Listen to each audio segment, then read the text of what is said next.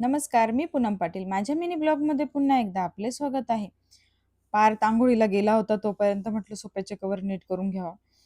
पटापट सोफ्याचे कव्हर नीट केलं काय आणि तोपर्यंत तो तयार होऊन आला.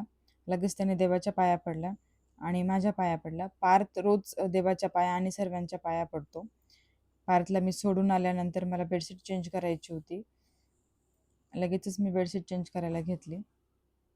बेडशीट चेंज केली आणि सगळं फर्निचर पुसून घेतलं. आमच्याकडे खूप धूळ असते आणि फर्निचर रोज पुसलं तरच ते चांगलंही दिसतं आणि मला आवडतं घर नीट क्लीन ठेवायला. हे पारचे टेडी आहेत सर्व, यांना असे एका लाईनीत बसवावं लागतं रोजच. हे 4 जण आहेत त्यांचे बऱ्यापैकी नाव आहे पण माझ्या लक्षात नाही नाव. नंतर मी हे सर्व पुसून घेतलं. माझे ब्रेसलेट होते. माझ्याकडे छान असं सिंगिंग बोल आहे. मी एखाद दिवशी याला वाजवून दाखवेल. खूप छान अशी धून येते याच्यातून. मी ते पुसत होते तोपर्यंत त्याला 2-3दा मी वाजवलं आणि छान वाटतं.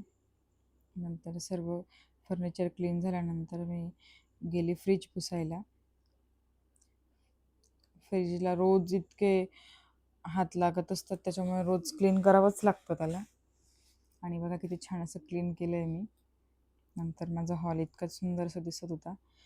लगेचच चहा ठेवली, चहा घेतली मस्त. अंघोळ केली, केस धुवायचे होते, अंघोळ करून घेतले.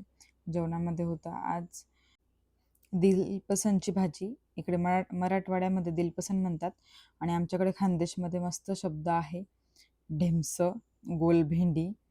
त्याची भाजी खाल्ली, शेवग्याच्या शेंगांची भाजी खाल्ली. नंतर भांडे आवरायचे होते ते आवरून घेतले. आणि हे बघा हे लोणचं, भोकरचं लोणचं आहे. नंतर आमच्या सासूबाईंना पित्त आलंय म्हणून मी हे घोंगडी आणली, त्यांना घोंगडी दिली. नंतर मी मोबाईलचं कवर घेतलं. कसं आहे ते सांगा. असा होता माझा आजचा दिवस. व्हिडिओ आवडल्यास लाईक शेअर करा, सबस्क्राईब